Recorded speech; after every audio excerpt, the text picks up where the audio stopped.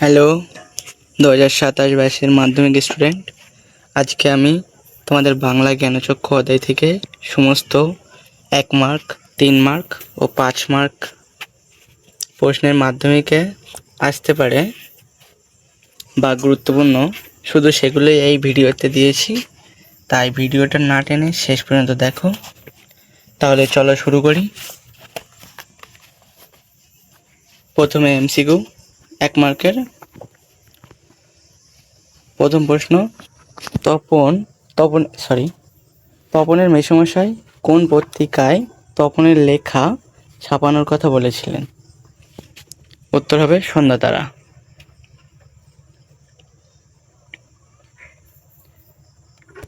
Next, তা ওরকম একটি লেখক মেসো শাখা মন্দ নয় একথা বলেছেন তপনের মেজ কাকু। তৃতীয় প্রশ্ন, তপনের হাত আছে কথাটির অর্থ হলো ভাষার দখল। 4 নম্বর, তপন তার প্রথম গল্পটি লিখেছিল দুপুরবেলা। তপনের নতুন মেসোমশাই ছিলেন একজন লেখক। এদেশের কিছু হবে না কথাটি কে বলেছিলেন? ছোট মেসো। এই দেশের কিছু হবে না বলে মেসো চলে যান সিনেমা দেখতে। ছোট মাসি তপনের থেকে কত বছরের বড়? বছর অষ্টেকের। পত্রিকায় প্রকাশ পাওয়া তপনের গল্পটির নাম প্রথম দিন। 10 নম্বর, তপনের মেসোমশাই কোন পত্রিকার সম্পাদককে চিনতেন? সন্ধ্যাতারা।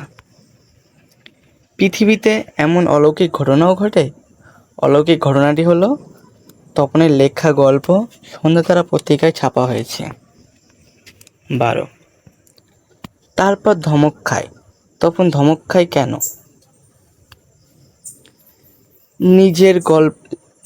নিজের লেখা গল্প না পড়ার জন্য।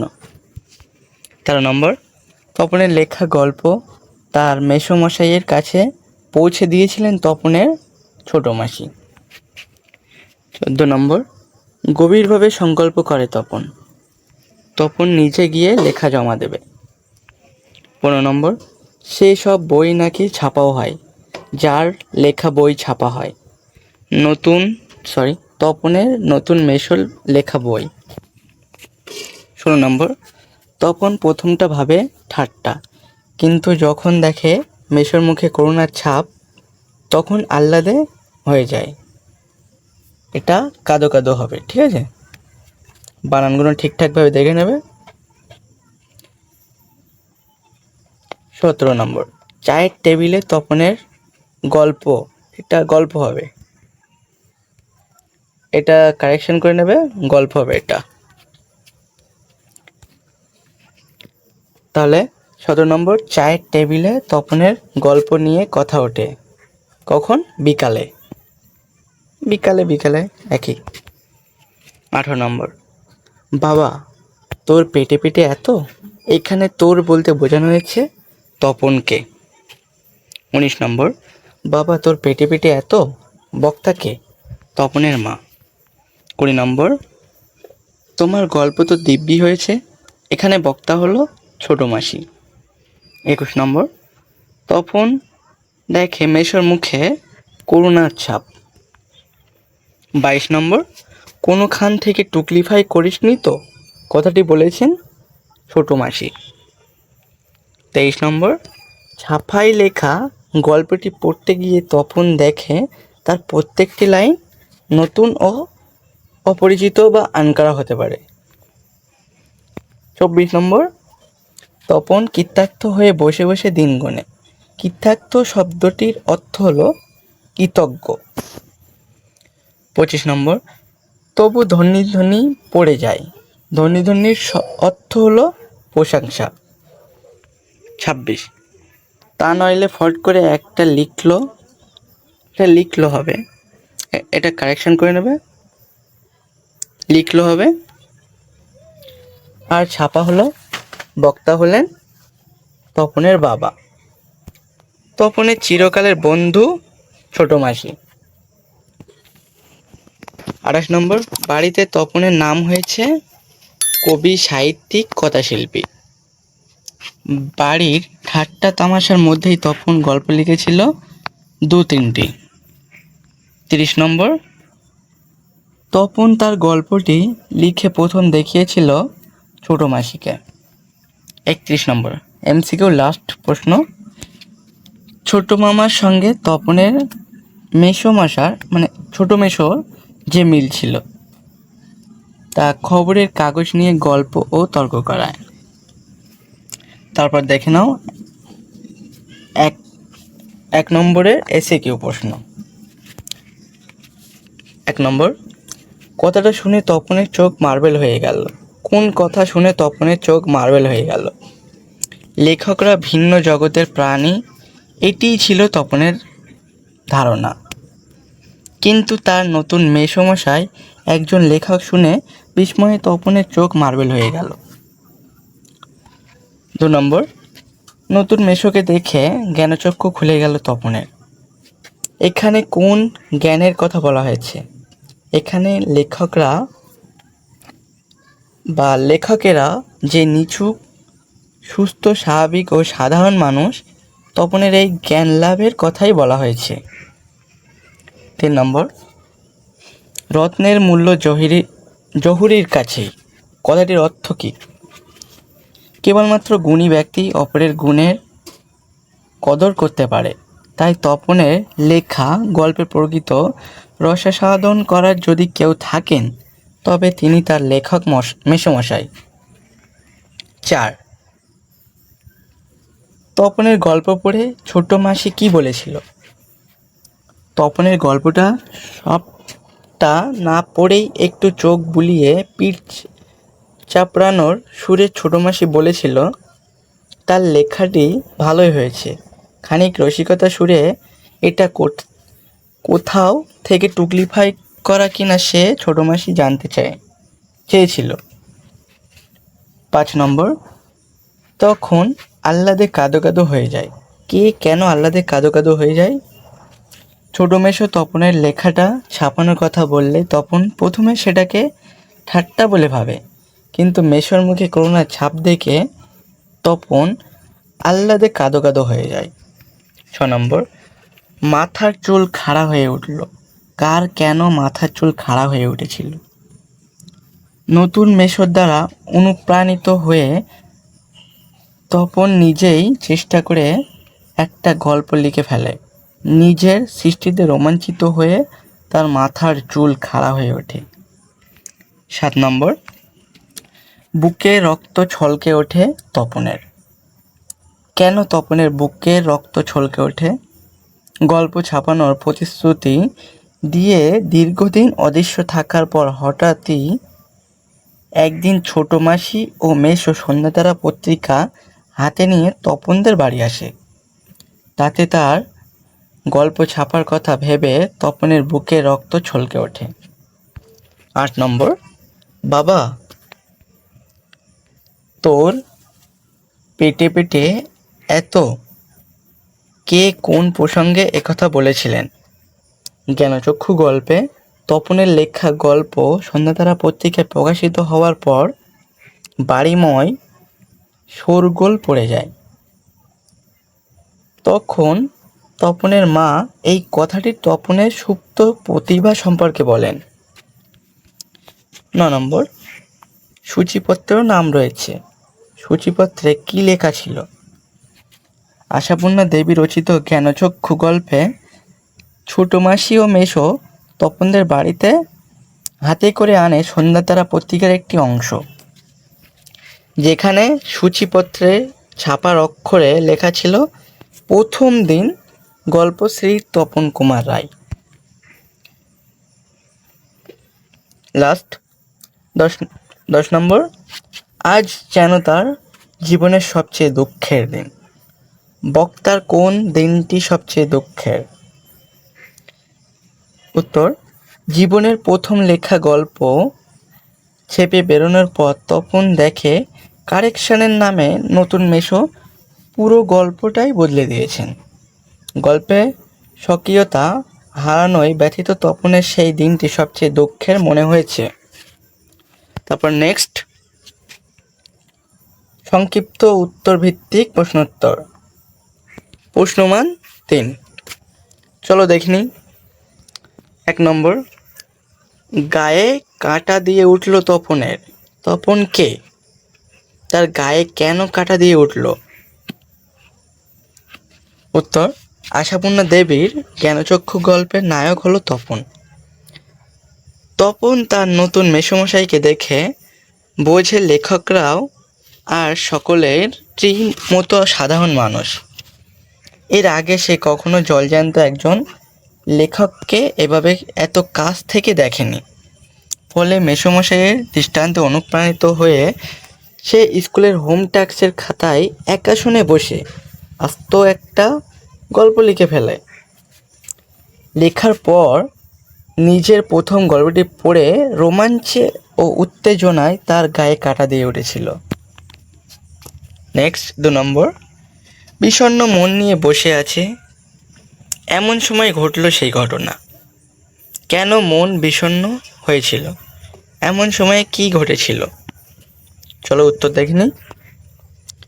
লেখক মেশোকে দেখে অনুপ্রাণিত হয়ে তপন একটি গল্প লিখে ফেলে।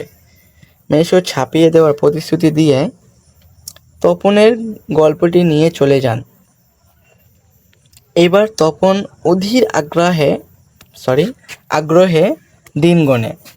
দীর্ঘ সময় অতিক্রান্ত হওয়ার দরুন ক্রমে হতাশ হয়ে ছাপানোর আশা ছেড়ে দেওয়ায় তার মন দুঃখে বিষণ্ণ হয়ে ওঠে। তপন যখন প্রায় গল্প ছাপানো নিয়ে আশা ছেড়ে দিয়েছে, ঠিক এমন সময়ে ছোট মাসি আর মেশো একদিন তাদের বাড়িতে বেড়াতে আসেন। তাদের হাতে ধরা একটি পত্রিকা, নাম সন্ধ্যাতারা। সেখানে সত্যি ছাপা হয়েছে তপন কুমার রায়ের গল্প। অবশেষে তপনের স্বপ্নপূরণ ঘটনা এই ঘটনাই ঘটেছিল। নেক্সট 3 নম্বর, পত্রিকাটি সকলের হাতে হাতে ঘোরে। কোন পত্রিকা কেন সকলের হাতে হাতে ঘুরছিল? চলো উত্তর দেখিনি।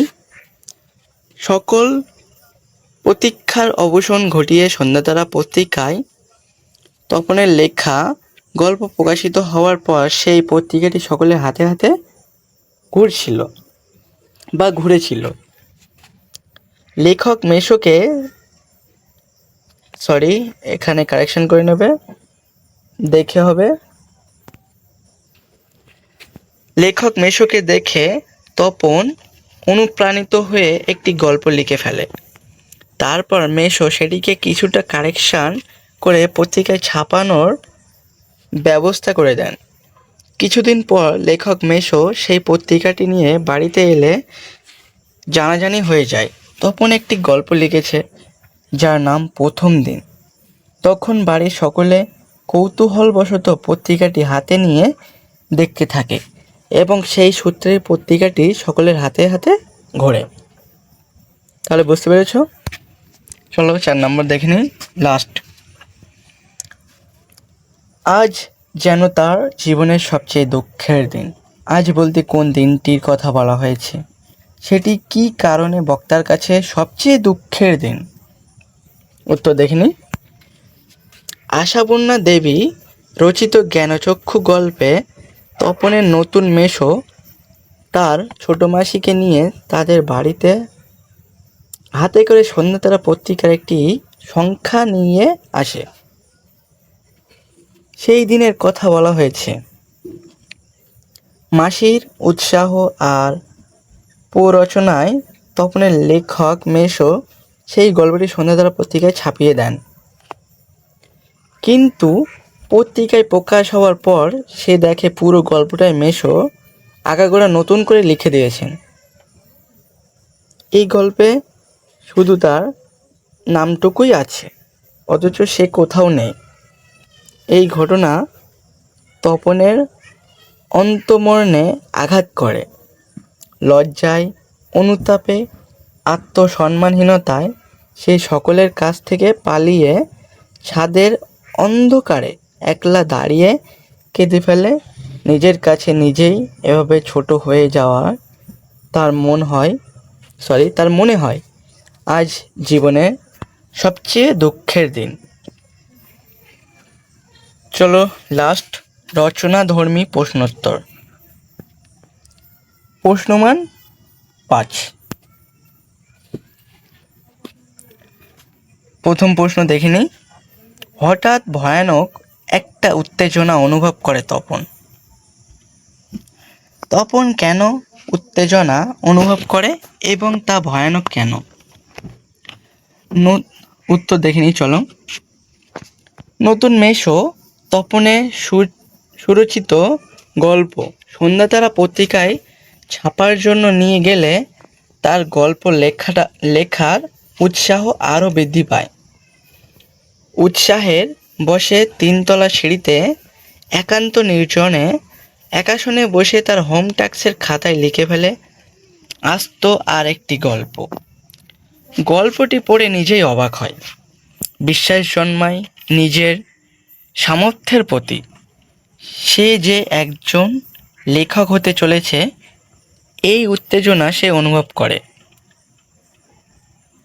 নতুন মেশোকে দেখে তপনের যেমন লেখক সম্বন্ধে জ্ঞানচক্ষু খুলে গিয়েছিল, ঠিক তেমনভাবে তার গল্প লেখার উৎসাহ বেড়ে গিয়েছিল। লেখক হতে চাওয়ার যে সুপ্ত ইচ্ছা তার মধ্যে ছিল, তার পূর্ণতা পাওয়ার দিন যেন সে দেখতে পায়।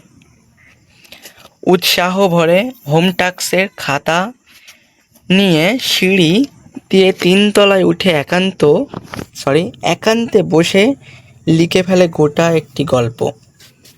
মা যেমন সন্তানকে দেখে খুশি হয় তার নিজের অংশ হিসেবে ভেবে, তপনও তেমনি তার নিজের সৃষ্টিতে আনন্দিত হয়ে ওঠে। নিজের সৃষ্টি আগাগোড়া পড়ে তার শরীরে শিরোহণ খেলে যায়। সে ভাবতেই পারে না এত সুন্দর একটা গল্প সে নিজেই লিখতে পারবে। নিজস্ব ভাব ও ভাবনার বাণী মূর্তি আলোচ্য। তাহলে চলো নেক্সট লাস্ট প্রশ্ন দেখে নাও। 2 নম্বর। তপনের মনে হয় আজ যেন তার জীবনের সবচেয়ে দুঃখের দিন। কোন দিন তপনের এমন মনে হয়েছিল? তার এমন মনে হওয়ার কারণ কি? উত্তর, আশাপূর্ণা দেবী রচিত জ্ঞানচক্ষু গল্পে তপনের নতুন মেশো তার ছোট মাসিকে নিয়ে তাদের বাড়িতে হাতে করে সন্ধ্যাতারা পত্রিকার একটি সংখ্যা নিয়ে আসে। সেই দিনের কথা বলা হয়েছে। শিশু মন কোমল, সামান্য আঘাত পেলেই তারা ভীষণভাবে মুষড়ে পড়ে। এক্ষেত্রেই ভাই ঘটেছে। ছোট্ট তপনের লেখক সম্পর্কে সব কৌতূহলের শেষ হয় নতুন মেশোকে দেখে। অনুপ্রাণিত তপন একটি গল্প লেখে। সেই গল্প মাসির পীড়াপিড়িতে মেশোর হাত ধরে সন্ধ্যাতারা পত্রিকায় ছাপা হয়। স্বাভাবিক কারণে তপন উৎফুল্ল হয়ে ওঠে। নানান বিরূপতা সত্ত্বেও সে গর্ব অনুভব করে, কিন্তু তার গর্ব মাটিতে মিশে যায় গল্পটি পড়ার সময়। সে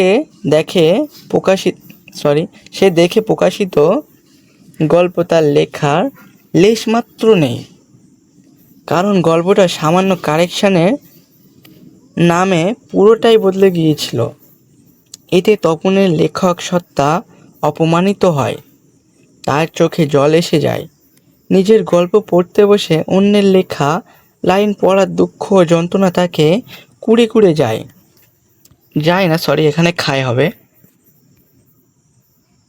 এই জায়গাটা কারেকশন করে নেবে, খায় হবে।